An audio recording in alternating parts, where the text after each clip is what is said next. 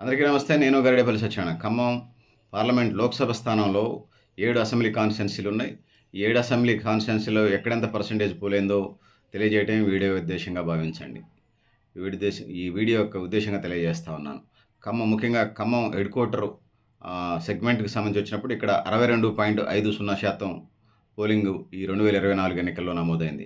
ఇక పాలేరు అసెంబ్లీని మనం తీసుకున్నప్పుడు పాలేరు సెగ్మెంట్‌లో 83.30% ఇక్కడ ఎన్నికల్లో ఓటింగ్ పోలైంది. ఇక మధిర ఆంధ్ర బోర్డర్‌లో ఉంటుంది. మధిర అసెంబ్లీ సెగ్మెంట్‌ని తీసుకుంటే ఇక్కడ 81.30% పోలింగ్ నమోదైంది.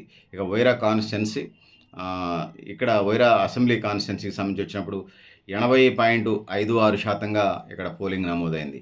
సత్తుపల్లి సంబంధించి వచ్చినప్పుడు 80% అంటే 100కి 80% పోలైందని తెలియజేస్తున్నాను. కొత్తగూడెం కోల్ బెల్ట్ కొత్తగూడెనికి సంబంధించి వచ్చినప్పుడు ఇక్కడ 66.17% పోలింగ్ నమోదైందని తెలియజేసుకుంటున్నాను.